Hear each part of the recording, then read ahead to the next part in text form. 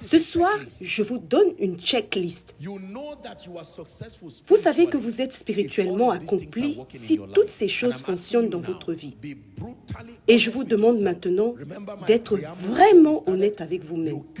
Rappelez-vous mon préambule avant que nous commencions. Vous ne pouvez pas être transformé, vous ne pouvez pas grandir si vous n'êtes pas brutalement honnête. Pouvez-vous honnêtement vous dire sur une échelle de 1 à 10 que votre niveau de faim pour Dieu est au-delà de 7? Si c'est moins de 7, vous êtes encore en train de jouer. Il y a de la place pour monter en puissance. En fait, vous atteignez un certain niveau dans l'esprit ou si ce n'est pas au moins 8 ou 9, il y a certaines choses que Dieu ne peut pas vous confier. Deuxièmement, votre vie de prière. Sommes-nous ensemble? Certains d'entre vous attendent 7 heures dans le bureau d'un homme politique et vous ne vous fatiguez pas. L'homme sort enfin et vous dit « Ah, vous êtes encore là. Désolé, vraiment. » Et vous répondez « Pas de problème, chef. Comment ça va ?» Vous n'avez pas mangé de toute la journée et vous êtes toujours là, en train d'attendre. Mais vous ne pouvez pas passer 30 minutes dans la présence de celui qui peut toucher le cœur de n'importe qui et rediriger votre vie. Vous voyez à quel point nous sommes parfois... Je ne dis pas qu'il ne faut pas honorer ceux à qui l'honneur est dû, mais il serait insensé de passer 10 ou 12 heures devant des hommes mortels, des hommes qui ont un jour été des bébés dans les bras d'une femme, à attendre une faveur ou une signature, alors qu'au fond de leur cœur, vous pouvez déjà discerner que la réponse est non. Ils jouent simplement avec vous et gaspillent votre temps. Pendant ce temps, vous pourriez aller devant le roi. Je dépose ma couronne devant la plus haute royauté. Je suis en extase devant sa majesté glorieuse. Tu es le roi des rois et le seigneur des seigneurs.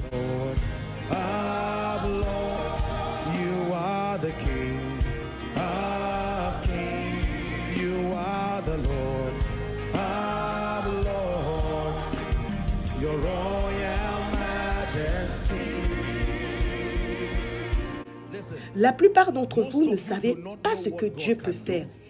Et c'est pour cela que vous respectez les hommes plus que lui. J'honore les hommes, mais je ne les adore pas. Tout homme a un jour été un bébé dans les bras d'une femme. Koinonia, croyons, laissez-moi vous conseiller. C'est le monde des hommes, mais n'oubliez jamais qu'il y a un être qui détient la vie de chaque homme. Tout homme arrogant peut dire « Demain, je ferai ceci », mais seulement s'il se réveille demain. Je me suis couché, je me suis endormi et je me suis réveillé parce que le Seigneur est mon soutien. De nombreuses personnes dans l'histoire ne croyaient pas qu'elles mourraient un jour. Elles ne croyaient pas elles-mêmes. Mais il existe un être qui ne meurt pas.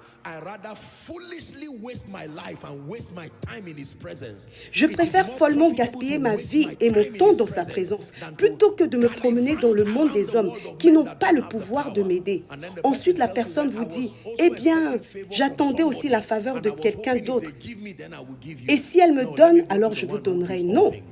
Laissez-moi aller vers celui qui donne toutes choses.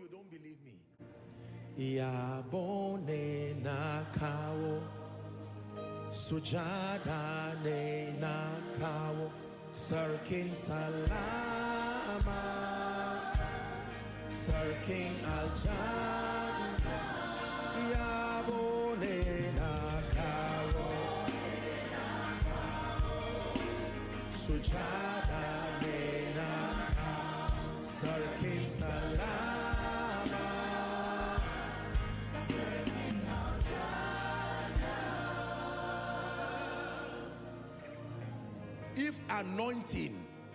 Si l'on pouvait stocker l'onction dans une bibliothèque ou une banque, certains d'entre vous n'auraient même pas 10 000 unités d'onction à cause de la méchanceté dans le cœur des hommes. Mais merci à Dieu, celui qui oint les hommes, car nous pouvons crier devant lui. Il voit la sincérité de notre cœur. Qu'on y croit ou non, Dieu décide.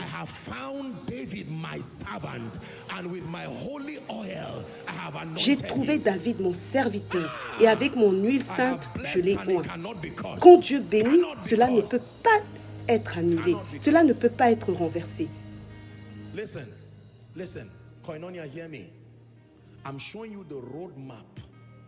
Écoutez-moi bien, je vous montre la feuille de route vers une gloire toujours croissante. Un homme dont la faim pour Dieu demeure, un homme dont la vie de prière demeure, un homme dont la passion pour la parole demeure, un homme dont le désir pour la communion demeure, un homme dont le service pour Jésus demeure. Cet homme est inattaquable jusqu'à ce que Jésus revienne. Je peux vous dire qu'il existe des hommes que rien ne peut arrêter. La seule façon de les arrêter, c'est de collaborer avec Satan pour attaquer leur faim pour Dieu, attaquer leur vie de prière, attaquer leur passion à travers l'orgueil ou un sentiment d'accomplissement, attaquer leur passion pour la maison de Dieu à travers l'offense et attaquer leur passion pour le service à travers l'épuisement. Si vous réussissez cela, leur vie spirituelle est terminée. Mais tant que la faim d'un homme demeure, je vous montre comment épuiser Satan dans votre vie. Ne laissez personne penser qu'il peut vous faire tomber facilement ou vous détruire. Il y a des choses qui doivent nécessairement mal tourner. Lorsque votre faim spirituelle diminue, votre vie de prière faiblit, votre étude de la parole devient négligée, votre passion pour la maison de Dieu diminue, votre passion pour servir Dieu s'éteint. Lorsque tout cela s'effondre, votre vie spirituelle tombe aussi. Mais tant que ces aspects restent solides, je vous assure que vous serez aussi inébranlable que le mont Sion. Les montagnes viendront et partiront, les défis viendront et partiront, mais vous tiendrez ferme comme le cèdre du Liban.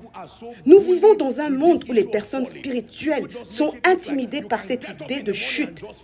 On fait croire que vous pouvez vous réveiller un matin et tomber soudainement. C'est un mensonge. Se relever repose sur des principes.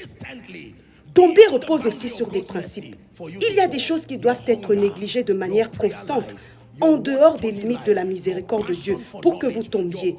Votre faim pour Dieu, votre vie de prière, votre étude de la parole, votre passion pour la connaissance, votre passion pour la maison de Dieu, votre passion pour servir Dieu.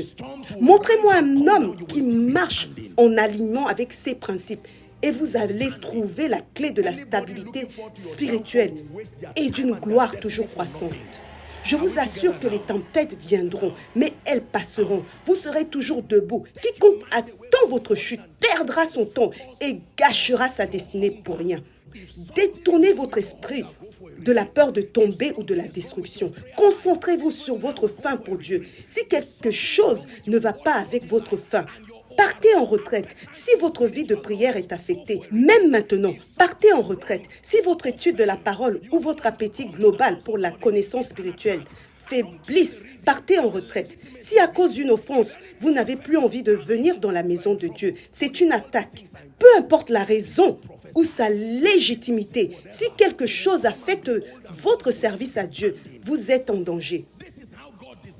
Même si toutes ces choses sont en place, qu'on prophétise contre vous, qu'on dise tout ce qu'on veut, ils viendront, ils observeront, mais vous resterez debout. C'est ainsi que Dieu a conçu son système.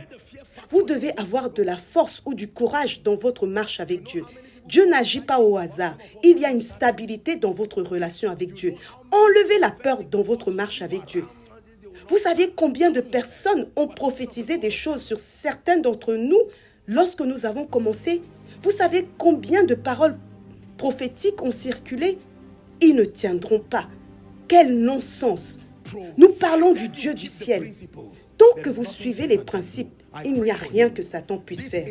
Je prie pour vous concernant ces domaines que j'ai listés. Si l'un d'eux est en déclin dans votre vie, du fond de mon cœur, je prie pour vous maintenant, car la zone qui décline est la zone que Satan attaque. Que le feu frais soit restauré dans votre vie. Au nom de Jésus-Christ. Amen.